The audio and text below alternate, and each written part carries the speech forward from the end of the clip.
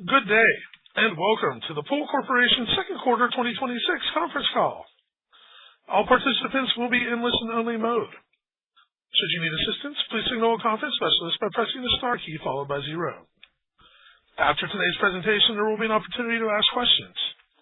To ask a question, you may press star then 1 on your telephone keypad, and to withdraw your question, please press star then 2. We do ask that you please limit yourself to one question and one follow-up. Please also note today's event is being recorded. I'd now like to turn the conference over to Kristen Byers, Director of Investor Relations. Please go ahead. Welcome to our second quarter 2026 earnings conference call. During today's call, our discussion, comments, and responses to questions may include forward-looking statements, including management's outlook for 2026 and future periods. Actual results may differ materially from those discussed today. Information regarding the factors and variables that could cause actual results to differ from projected results are discussed in our 10-K. In addition, we may make references to non-GAAP financial measures in our comments. A description, reconciliation of non-GAAP financial measures are included in our press release or posted on our corporate website in the Investor Relations section. Additionally, we have provided a presentation summarizing key points from our press release and today's call, which can also be found on our Investor Relations website. I am now pleased to introduce John Watwood, our President and CEO, who will begin today's call. Thanks, Kristen. Good morning, everyone, and thank you for joining our call. Before we cover the quarter, I first want to thank our employees for the tireless efforts and their dedication to our customers day in and day out, especially during these critical pool season months. I also want to take a moment, as this is my first earnings call as Pool Corp CEO, to share my perspective on our business and where we are headed. I came into Pool Corp with a deep appreciation for what makes distribution businesses successful. Branch-level execution, strong supplier partnerships, technical sales expertise, disciplined inventory and service level management, and seamless coordination across local markets. These capabilities have supported Pool Corp's value proposition for more than 30 years and provide us a strong foundation for continued growth. Additionally, the structural drivers of Pool Corp's business model are powerful. A large installed base of pools that naturally grows each year and generates recurring revenues from ongoing maintenance and periodic remodel activities, a professional customer base that depends on our scale and service, and a distribution network that is difficult to replicate. With our eyes set on crisp execution, I believe we can continue to generate above-market growth and control how we respond to any type of industry backdrop. Our fundamental strategy is unchanged. We aim to be the best worldwide distributor of outdoor lifestyle products by growing our share with our customers, building density in our network, and executing consistently across every market we serve. Our products must be on the shelves when the customer walks in the door, and winning comes down to service, supplier relationships, and operational discipline. Every investment and initiative we make has to support the customer experience, strengthen supplier relationships, improve productivity, and generate an appropriate return. If it doesn't, we don't do it, and where it does, we will invest with discipline. To deliver on that strategy, we are focused on 4 priorities, each built to grow the business. First, sales excellence. Our growth starts with serving our customers better than anyone else. We are equipping our sales teams with the talent, training, and tools to help our existing customers grow their business with us and to broaden our reach to new customers. Our digital platform, our proprietary products, and the expertise in every sales center are how we deliver that value. When we make our customers more successful, we capture share and we grow. Second, pricing and supply chain discipline. Pricing sharply and competitively, running strong chemical and building materials playbooks, and growing our private label and proprietary brands, which deepen customer loyalty and strengthen our margins. Third, operational execution.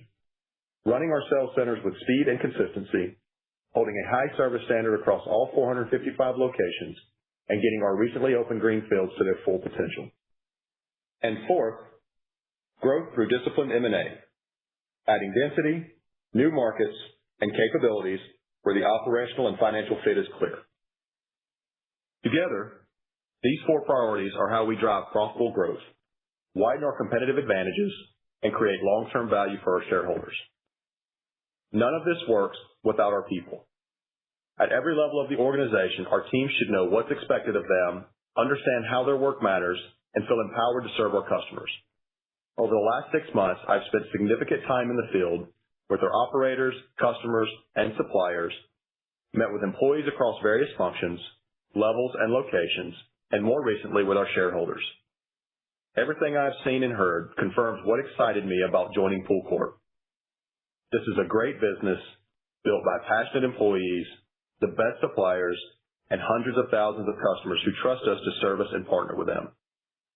I am proud to lead PoolCorp's global team of employees as we work to deliver even higher levels of performance. Now, I'll discuss how the business performed during the quarter, and Melanie will take you through the financial detail. Net sales grew 2% in the second quarter, a result that reflects the resilience of our model, as strength in our reoccurring maintenance business and continued share gains in building materials offset a soft new construction and discretionary environment. Where we serve our customers best, we win. Our large and growing installed base drove healthy, recurring maintenance demand. Building materials grew 4%, and that outperformance reflects our national pool trend showrooms, our product breadth, and the way our teams help builders bring their projects to life. Our proprietary and private label offerings continue to gain traction, and Pool 360 reached 18% of sales, deepening how our customers engage with us and extending our reach.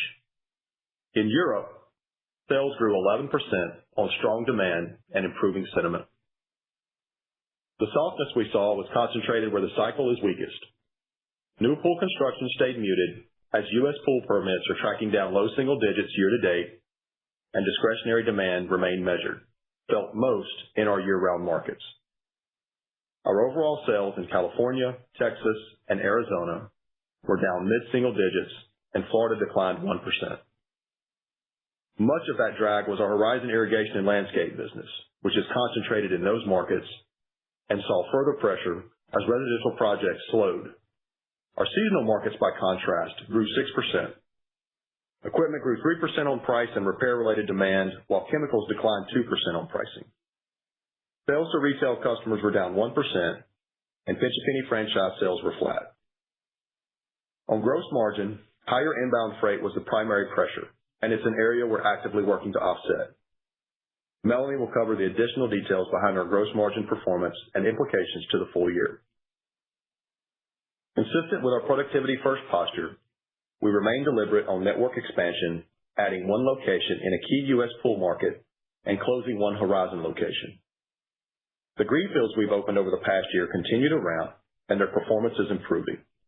The class of 2022 and the remaining classes are trending in the right direction, but we still have room to grow as these locations mature. Across the rest of our network, ongoing process improvements and the continued adoption of our digital tools remain a focus for driving efficiency and productivity and getting more from the investments we've already made. Taken together, the quarter reinforces our strategy and our confidence, and we remain on track to achieve our adjusted earning guidance range of $10.87 a share to $11.17 a share. In closing, I would like to emphasize how honored I am to lead the PoolCorp team and generate further value from the fundamentals of our business and the investments put in place over the past several years. We compete in large markets with recurring, repeat demand, and I don't take for granted the advantages we have built to serve them. A distribution network that's hard to replicate, supplier relationships built over decades, and one of the broadest product assortments in the industry. We are continually investing in the tools and services that make it simpler for customers to grow their businesses with us, and we are doing that from a position of financial flexibility with ample capital available to reinvest, positioning us to emerge stronger as the cycle recovers. I'm grateful to our employees, suppliers, and customers for the solid foundation they have built. I will now turn the call over to Melanie Hart, our Chief Financial Officer, to review our second quarter results in more detail.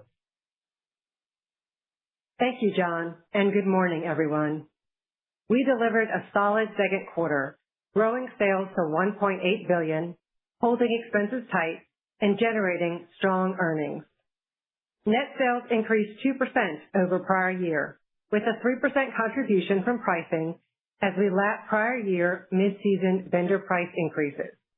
We were pleased to see that building materials volume grew again, even with softer demand in other discretionary categories, and noted a 2% decline in chemicals on lower pricing. Gross profit grew 1% to $541 million, with a gross margin of 29.7%, down 30 basis points year over year. Product mix overall was neutral. The decline was driven primarily by inbound freight costs, which we were not able to fully recoup in selling price this quarter, and by unfavorable customer mix as we saw a higher portion of our sales from larger customers. Supply chain gains partially offset these areas.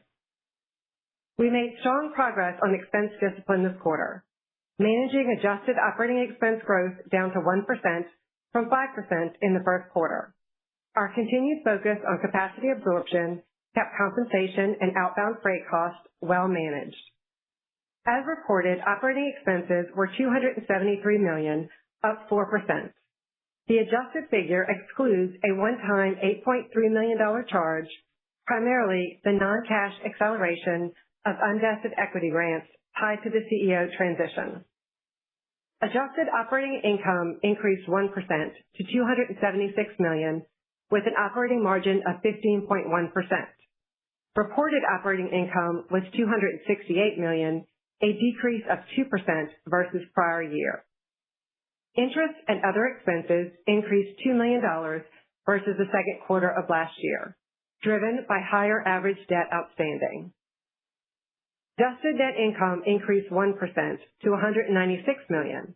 On a reported basis, net income was $188 million, down 3% from a year ago.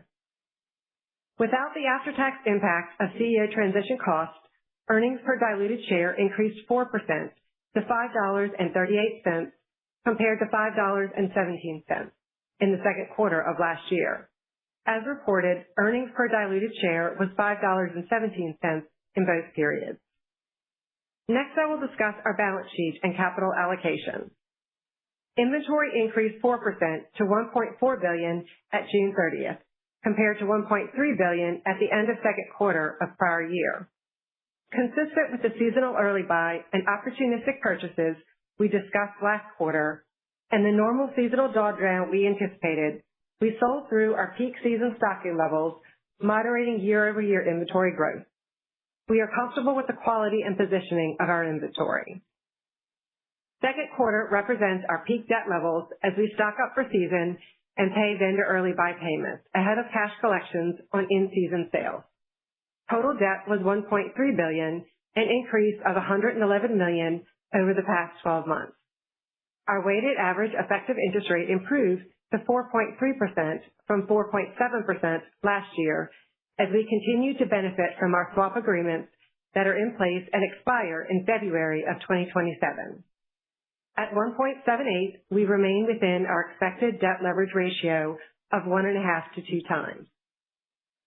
On capital allocation, we are anticipating another strong cash flow year, with cash from operations expected to come in around 100% of net income. We returned capital to shareholders through dividends and share repurchases, paying $93 million in dividends and completing approximately $86 million in share repurchases year to date. In April, our board increased our share repurchase authorization to $600 million, of which $580 million remains available. As a reminder, the second half of the year, as we exit the season, is when we generate the bulk of our operating cash flow. With the first half behind us, here is how we see the balance of the year. We expect trends consistent with year to date. On pricing, that means higher inflation on equipment, modest inflation on all other products, and continued chemical pricing drag. On the demand side, slight growth in the maintenance portion of the business, some incremental remodel activity, and still soft but stable pool builds. Together, we expect low single-digit top-line growth for the full year, with approximately 2 to 3% from pricing. The benefit from pricing is expected to be lower in the second half of the year. Second quarter margins reflected higher inbound freight and an unfavorable customer mix. We still expect pricing and supply chain benefits in the second half, However, on a comparable basis, these are tempered by last year's mid-season price increases. Given the second quarter's weight in the year, we now expect full-year gross margin approximately 30 basis points below prior year versus in line previously. We are pleased with the expense progress we made in the second quarter, and we will continue to operate efficiently through the rest of the year. As a result, we expect adjusted operating expenses to be an increase of approximately 2 to 3% for the full year, including a modest amount of incentive compensation recovery over the prior year. This likely will be an expense increase on the higher end in the third quarter and lower end in the fourth quarter. This is because the fourth quarter prior year had incremental IT expenses that are not expected to reoccur in 2026.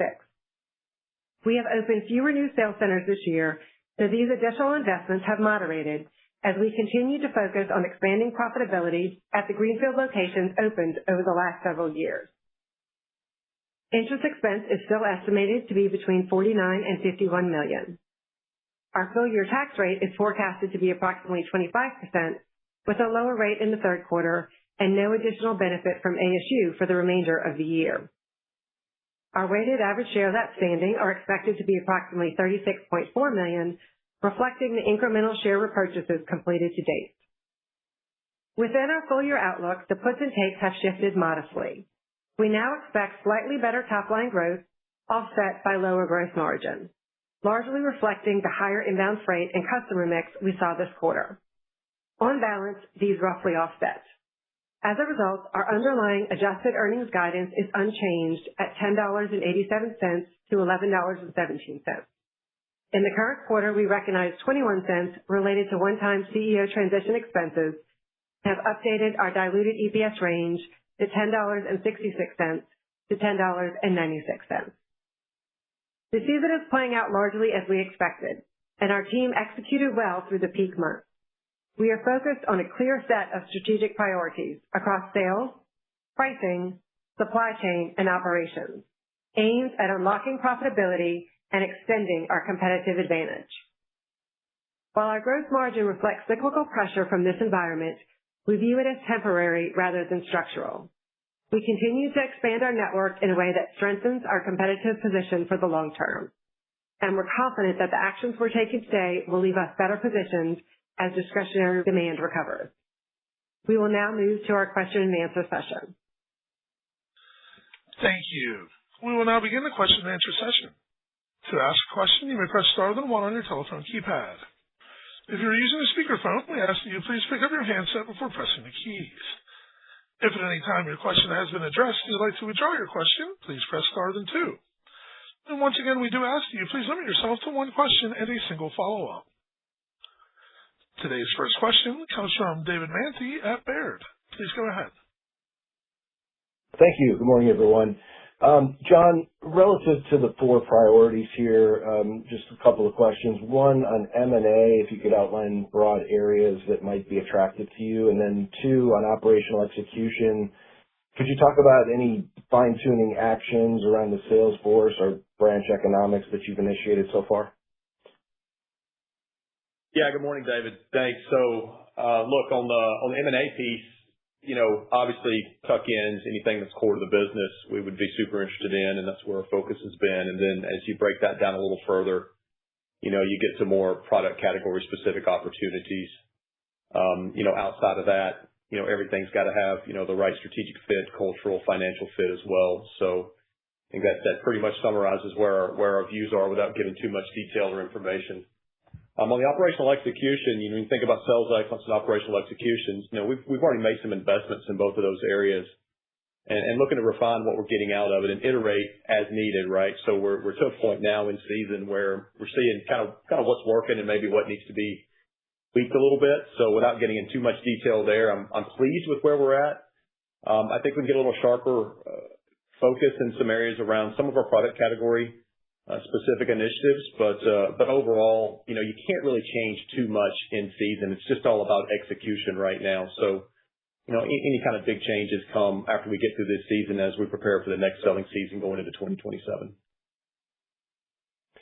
Makes sense. And then as a follow-up, we've discussed this before, but I was hoping you could talk about it in this forum. The market seems skeptical about your ability to gain market share, and I mean the stock market and investors in general. Could you just outline some of the key areas where you think Pool can gain incremental share within the business? Yeah, look, I think we've got a lot of right to win when it comes to building materials and it comes to chems. And I think even in other areas, with some better connectivity up and down the organization throughout the industry as well, I believe we have a lot of opportunities. Now, I've obviously been out meeting with a lot of customers, and I think the first step of that is listening to the customers and understanding where they're at, where they're going, and how they view us right now, and where we need to pivot. And secondarily, it's with our suppliers as well. How do we make sure we're the best partner, the best go-to-market channel for them? So I think when you take all that input, you look at where we're at and where we're going, I believe we got a heck of a network to build off of for sure, right? So the foundation's there, and we got a lot of capacity we can pull through that network. We listen to what the market's telling us. We adjust. We execute on that. I think our ability to go gain share is substantial. Sounds good, John. Thank you. Thanks, David. Thank you. And our next question today comes from Susan Maklari with Goldman Sachs. Please go ahead. Thank you. Good morning, everyone. My first question is building off of your last answer, John. You mentioned listening to the customers. I guess when you've been out there, can you talk a bit about what you are hearing from customers about Pool Corp, what's working, what's not working, and how that is shaping the strategy in the areas that you're focused on? Yeah, good morning. So, I'm giving somewhat of a direct quote that I've heard several times is that Pool Corp is really good at doing the hard stuff. And I think when you want to break that down and say, what's the hard stuff? I mean, that's the operational execution day in, day out, within and outside the four walls.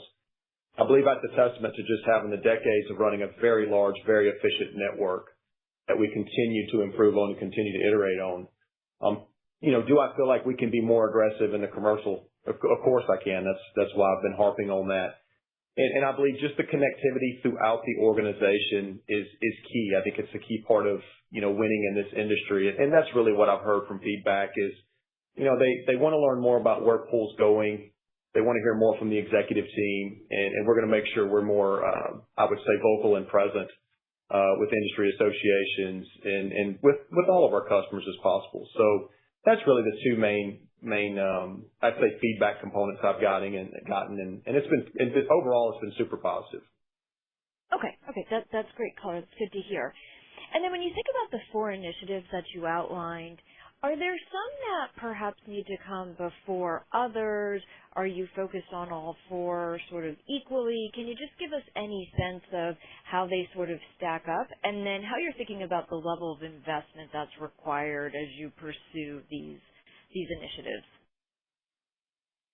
Yeah, well, I mean, it all starts when you sell something, right? So that's where our focus is at. And that's a broad statement that's got a lot up under it, right? That's ground level execution, connectivity throughout the organization, then all the operational execution that comes up under it as well. So those would be the two primaries if we're going to rank anything here. And of course, pricing, supply chain falls under that as well in its own category. M&A is opportunistic. So you got to have we're a willing buyer, you got to have a willing seller, and all the other stars have to align. So you take that as you can get it. As far as the level of investment, again, when you've got the network we have already, there's no significant major investments that really need to be made to execute on a lot of this. M&A stands on its own. It's whatever the price is. But when you think about, again, sales excellence, pricing, supply chain discipline, operational execution, we got a lot under our roof right now that we can continue to refine, we can continue to leverage. So I'm pretty excited about what the future holds for us. Okay, great. Thank you for the color, and good luck with the quarter. Thank you. And our next question today comes from David McGregor at Longbow Research. Please go ahead. Yes, good morning, everyone. John, you talked about sort of leveraging some of the investments that have been made up to this point, sort of transitioning, I guess, from sort of investment mode to leveraging those investments mode.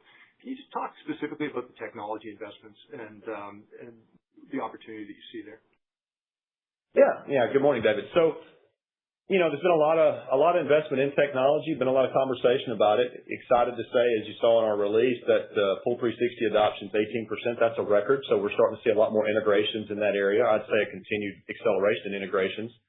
We're having some conversations about other pieces and parts of the business, what those investments are giving us right now. And I'd say so far, very positive. When we look at water tests, we've got some integrations going on with service as well. So I would say that the summary of that overall is, we've made the right investments. We've got to continue to listen to the customer and continue to iterate in the right directions, in the right areas. And that's really where our focus is right now, and continue to benchmark where our right to win is. But I'm pleased with them. Good to have them behind us. And then we just got to continue to increase our return out of those investments. But again, when you look at the 18% adoption in Full 360 continues to increase, that's a very positive sign. Good. And as a follow-up, I guess, similar question around just the profitability of private label and Horizon and Europe and some of those businesses. How do you approach that?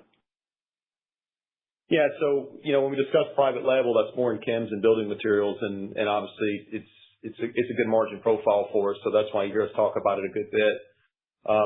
That doesn't come at the expense of any other product category. We just, that's what's been driving the business for us, and providing some continued growth there. So we'll continue to double down on that and see what we can get out of the market. When you think about Horizon, yeah, it was a tough quarter for them for sure. I mean, we typically don't mention Horizon on its own, but as you've heard others that have come out and announced that are in that space, the market's not giving us a lot of tailwind right now. So happy to say though, we brought in a new leader for Horizon as well, and so we're investing in that business. We think there's a lot of potential there. It's a great group of people that are running it and that are out there executing every day. So really got some excitement through the rest of this year and see what we can do in 2027. And then Europe was a bright spot for us. It's been very hot over there, so double-digit growth out of those guys. Super excited about their execution and what they brought to the table. And outside the heat, there's a little bit of, the comment I heard from various sources was a little bit of a mini COVID going on, not from the sense of COVID, but from the sense of investment in the backyard right now. People are kind of staying around the home and not taking vacations. And I think we're realizing some benefits of some of those investments. Good. Thank you very much. Good luck. Thank you. Thank you. And our next question today comes from Ryan Merkel with William Blair. Please go ahead. Hey, everyone. Thanks for the questions. First topic is just on revenue trends and cadence in the quarter. Just would love to hear how the quarter played out on a monthly basis, and then any comments on how July is starting.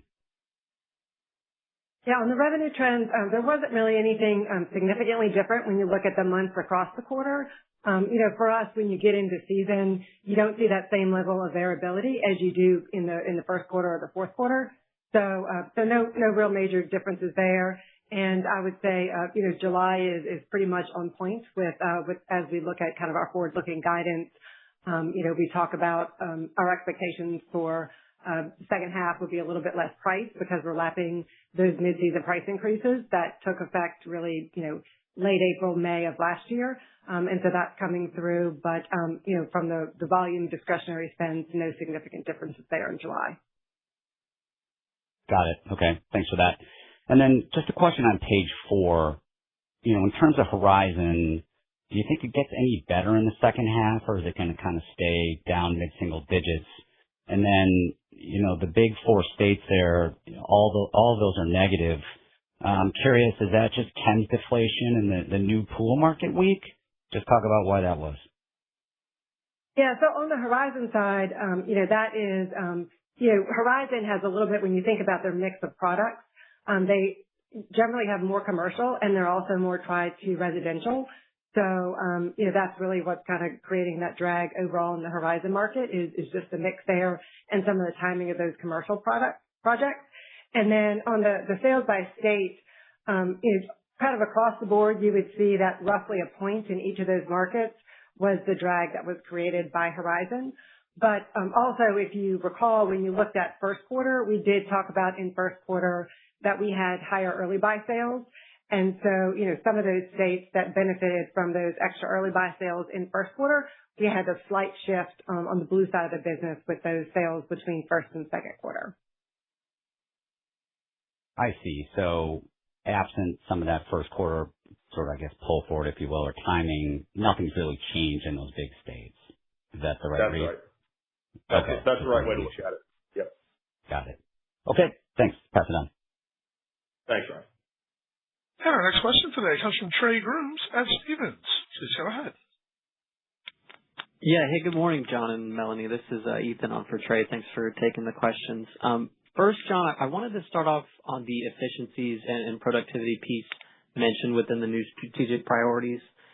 You guys have been focused on capacity absorption here for the last couple quarters. You've opened something in the range of 50 new sales centers over the past 5 years, obviously at different parts of the cycle. So can you just touch on the runway here in terms of improving the productivity of those recently opened locations?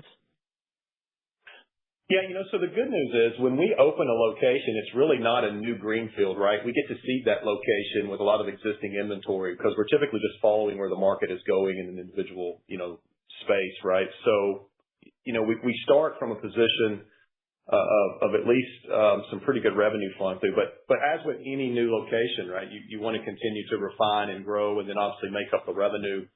It's the old, to trim to grow, right, or cut to grow. So as we look at those locations, those new locations we've done over the past, I'd say, few years, we're pretty pleased with the performance. But it's always going to be a 1 to 2 to 3 year runway, especially when you're in a market that's, not really giving you a ton of tailwind here. So we just have to remain focused and diligent with these what we call newer locations or focus stores to make sure that they become accretive, or at least I would say in line with our broader network. So overall, as we look at future greenfields, we're going to be very selective with where we need to go. Again, very specific market driven. If we feel like the market's moving somewhere we're not in, obviously we'll make those investments. But I would say there's not a tremendous amount of new greenfields moving forward that we'll need to invest in at least in the near future. Right. Got it. Okay. That's super helpful. And then switching gears, perhaps, Melanie, on the revision to the gross margin guide, it sounds like that revision is primarily a function of the lower 2Q gross margin, and then perhaps some continued realization of these higher freight costs. So one, is that the right way to think about it? And two, from a gross margin standpoint, at what point do you expect to potentially recover the higher freight costs? Is that more of a 2027 event? Just any more color there would be great. Thanks. Yeah. So because Q2 is such a large portion of the year, that 30 basis points, when you're looking at the year in total, it will have that impact on the year-over-year comparison. When we look out kind of third and fourth quarter, at this point, we are projecting that we will have a similar 30 basis points differential when compared to the prior year. With that being said, we acknowledged what was happening early on and saw the changes and tracked the higher rates that were coming in from our vendors, particularly in some of those heavier density items such as the building materials. And so we have actions underway that'll be starting early third quarter to be able to start managing some of that. And so we are actively working to improve it, but recognize that we may not be able to recoup all of it immediately, and so do expect to see the full year impact. Got it. Okay, that all makes sense. Thanks so much. Thank you. And our next question today comes from Scott Schneeberger with Oppenheimer. Please go ahead. Thanks very much. Good morning. I just following up on that and the fuel. Melanie, how are you thinking about it for the second half? Flat at current levels, expecting it to increase or decrease? Just curious what's behind your assumptions in the guidance. And then just a quick follow-up on the supply chain. What is it mostly transportation costs that are impacting you? Are there any significant changes you're going to do on the front end, on the inbound side or on the outbound side as a reaction or an add to the initiatives? Thanks. Yeah. So right now we're not expecting any significant change in the cost environment as it relates to freight. So with that, we have acknowledged that we need to look toward pricing and ensuring that we're having those conversations with our customers to recoup the incremental cost that's coming through. And so that doesn't just flow through straight to us. So that, again, that process is what's underway, because we don't see anything significant changing. And that's looking at the inbound side. On the outbound side, we did earlier in the year put through some freight surcharges to help us to recoup the extra costs that we're seeing just on the delivery side. Thanks. And then with regard to, we've been talking about supply chain initiatives for a long time. Could you delve in a little bit to what some of those initiatives are, John? Maybe your comments on things that may be added. And is there opportunity for there to be more financial power with some of the things that you're doing over the back half and really more so into next year? Thanks. Yeah, so I think when supply chain initiatives as a whole, you got a network as big as ours, it's pretty efficient, but you can always look for efficiencies. And there was a lot of things already in play before I came to the company that we're working through the process now to see what that return is going to be. And it could be how you shop, where you stock, how you ship, what the replenishment is, what those gains are. I would say we're not quite ready to come out and say quite yet. We're still working through the math behind it. But the freight's a big piece, right? So we've been super focused on that as we started seeing it creep up, and then it jumped on us pretty hot and heavy.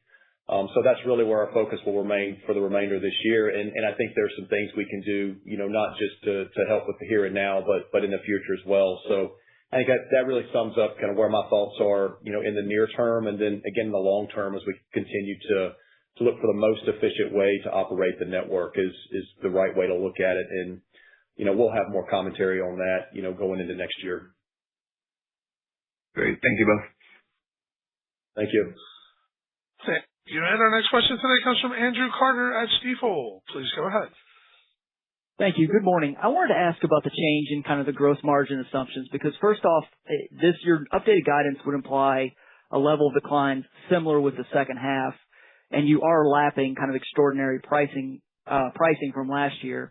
So that seems difficult. Second question I would ask is, given the Pentair update, what were your assumptions originally around the performance by customers, and is that impacting kind of the gross margin given opportunistic purchases and also different levels of vendor rebates? Thanks. Yeah, so there is no change in our guidance that is reflective of anything that Pentair has reported. When we look at our stocking levels and our opportunistic purchases, we talked about in first quarter that we were heavy because we had bought ahead, and that we would expect to bring that down to more normalized levels throughout the season. And so what we had intended is how things played out. The impact to the gross margin is specific to the two items that I talked about, which is the higher inbound freight cost, and then also a continued customer mix. Okay, second question.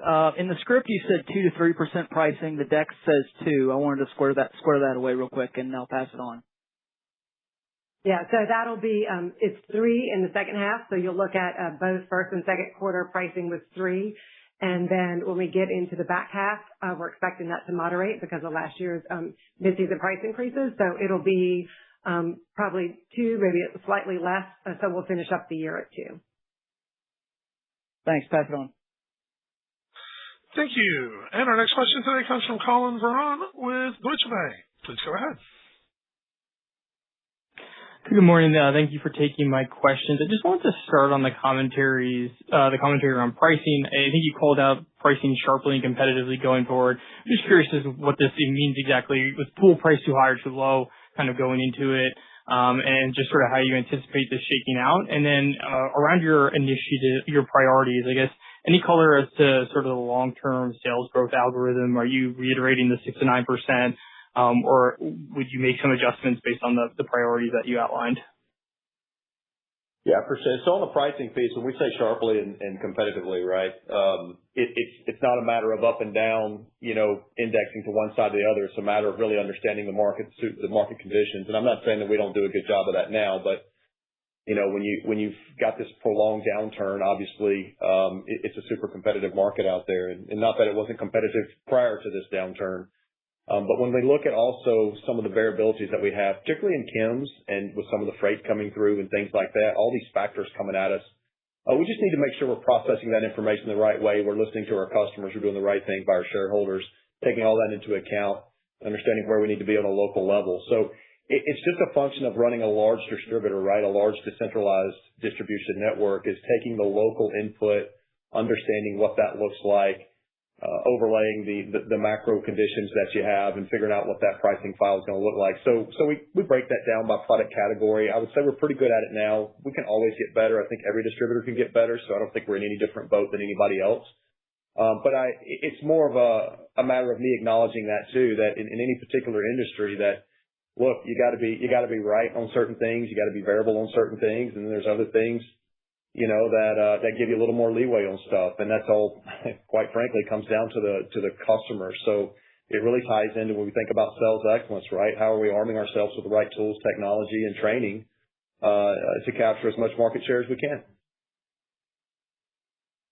And then I think your other question was on, the long-term growth algorithm. So, not really in a position to reiterate or change that. Obviously, the point I will say on that is, we're going to need a little market help. I've been very clear about that if, under current market conditions, I don't think the 6 to 9 is on the table. But, in normal market conditions, we would go and we would talk about it, at that point. So more commentary on that as we get out of 2026 and we look into 2027.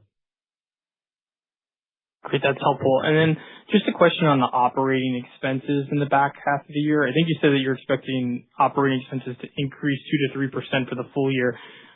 Does that adjust out the CEO transition cost in that 2 to 3%? And how should we think about sort of the magnitude of the adjusted operating expense increases in 3Q and 4Q to get to the midpoint of the guide? Thank you.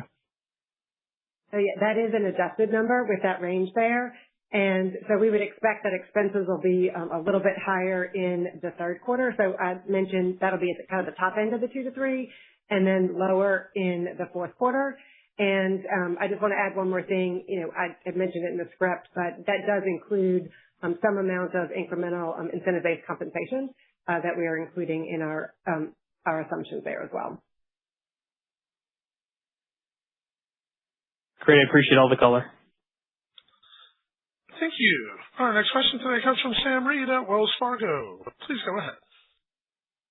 Awesome. Thanks so much, everyone. Wanted to just see if you could quantify the magnitude of some of the gross margin drivers that you cite in your bridge in slide 6. And then you talked to changing customer mix. It sounds like, more large customers. Any way to size what large customer actually means and what proportion of your mix are now large customers? Yeah. So from a sizing standpoint, we typically don't come out with some detail, but when we look at it internally, the inbound freight is by far the most significant component. So if you're looking at just the overall magnitude, inbound freight was the biggest impact in the quarter. I would say customer mix was a follow after that. And then we continued on the supply chain to get benefits from the things that we've been working on there. As it relates to, continued good progress on our private label, continued good progress on our exclusive products, some of the areas as it relates to the building material. We saw some really nice pickup in some of the new products that we brought in there. So our expansive products that we brought in for the current season are helping us on the supply chain. That's helpful. And then I understand you've brought in some more, or I guess I should say some newer equipment, specifically move pumps. Just curious what the early uptake has been on that product, and then whether that has shifted in any way how you manage inventory for some of your other large OEM suppliers. Yeah, so I'll take the last question first. No, that's not changed how we look at our inventory with let's throw it out there, the big three, which is 40% of our COGS. So no impact on that whatsoever. I wouldn't say move is material to the overall picture right now. So, but to also give you a little insight on how we view our product portfolio briefly is, look, we're tied in again. I mean, the big three are 40% of our revenue, so that's where our focus. And we just got through some really great meetings with all of our strategic suppliers, those that rank at that strategic level. So obviously we're going to go hand in hand with those guys out in the market and understand, and that's where the brand acceptance is at, and that's where the installed base is at. when we look at adding to our product portfolio, in the case of your question here, it's, hey, is there something out there that could bring more traffic in the door, not cannibalize? And again, I think that's the key point here, bring traffic through the door that we weren't getting, or that maybe that was going somewhere else. And that's where our focus will be. So I think that distinction probably needs to be made. But ultimately, no, that it hasn't changed. It's been good for us, don't get me wrong, but I wouldn't say it's material at this point, and it has not made any impact on any decision we've made with inventory decisions through our existing supplier base. Appreciate the color. Thanks so much. Thanks. And our next question today comes from Steve Forbes at Guggenheim. Please go ahead. Good morning, John, Melanie. John, maybe just revisiting priority number one, sales excellence. You mentioned commercial pricing, I believe, earlier in the call here. So curious if you can just remind us what Pool's commercial pricing strategy was from a regional perspective, and then with all your time in the field visiting the branch managers and talking to them, what are they asking for as it pertains to commercial? Is it pricing flexibility? In sort of like what are you implementing at the field level to maybe give the branch managers more control, or tools, right, as you mentioned, to sort of drive share dynamics? Yeah, I think there's kind of one answer that summarizes all that, and it's speed, agility, and flexibility, right, within reason. And it's not just pricing, it's terms, it's all those things that we're dealing with and that all distributors are dealing with. So, and that's really what our people are asking for, right? You want to leverage your scale, you want to leverage your size, and obviously we're the largest in the space, but you got to be locally oriented, locally focused, and the balance. I mean, I've said this a lot with my one-on-one meetings and other meetings. Distribution works best when there's balance. There's balance with the corporate initiatives, and there's balance with flexibility in the field. So I think to sum up, what our pricing strategy is to take that local input and to look at the, again, macro drivers and leverage our scale and just put the best plan together. So, the tools and the technology that we'll put in for that, or that we already have for that in some cases, is how do we do that quickly and effectively and also have a really good feedback loop to know what's working and what's not. That's helpful. And then just a quick follow-up. Yeah, obviously the retail channel dynamics here, given some industry news, remains, I guess, complex. So curious, maybe you could just help us, think through what the expectation is for the retail channel over the coming quarters here. Are you expecting disruption? Are you seeing, disruptive pricing dynamics transpiring? Is it an opportunity, right, for sort of your retail customers? How are you sort of thinking through what's happening in the retail customer base today? Yeah. So, I mean, obviously our business model is to support the independent retailer, and we're going to do everything we can to make sure they're happy and healthy and growing, and, to get into the individual situations, of our competitors and stuff, I'll leave that to the announcements and whatever. Obviously we're watching it. The competitive pricing on the retail side has been there. I mean, I don't think anything's significantly shifted. Broadly, I would say market to market, you always get some noise for different reasons, right?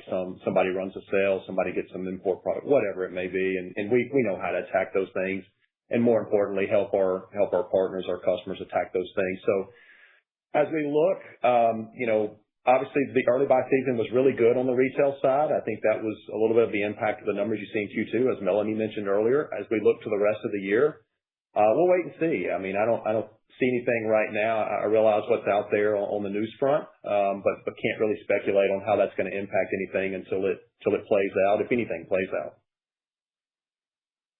Thank you. Thanks. Thank you. And our final question today comes from Sean Conan with Bank of America. Please go ahead. Hi, guys. Thank you for taking my questions. Just a couple on the gross margin. So the large customer mix headwind, that's been a headwind for a long time now. Is there something temporary in the market that's driving that, or should we expect that to continue to be a headwind as some of your dealers consolidate over time? Yeah, so I'm going to take a piece of that, and Melanie will want to add in a little bit. Look, there's roll-ups going on, and that's fine. We are well positioned to service the large customer. I mean, probably better than anybody else. So, Is it temporary? I wouldn't say it's temporary necessarily, but, I think there's ways we can offset some of the margin pressures and things like that in other areas, as we've talked about with product categories. And as those get more implemented and I guess more accepted, or we do a better job of selling those product categories, there's again ways we can offset margin pressure from customer mix. But as it is right now, I think the roll-ups are relatively new to the industry. And, there's competitive pressures there, obviously, or I would say scale pressures there that we're working through, and we'll continue to. So probably haven't done a great job with that answer. Melanie, you want to add any color to it? Yeah, I think the only thing I would add is when we start seeing the volume increase, we'll start seeing some of the smaller customers that maybe have exited the market come back, particularly on the new build side. And so, we generally have higher margins with some of those smaller customers, and so that's part of the customer mix.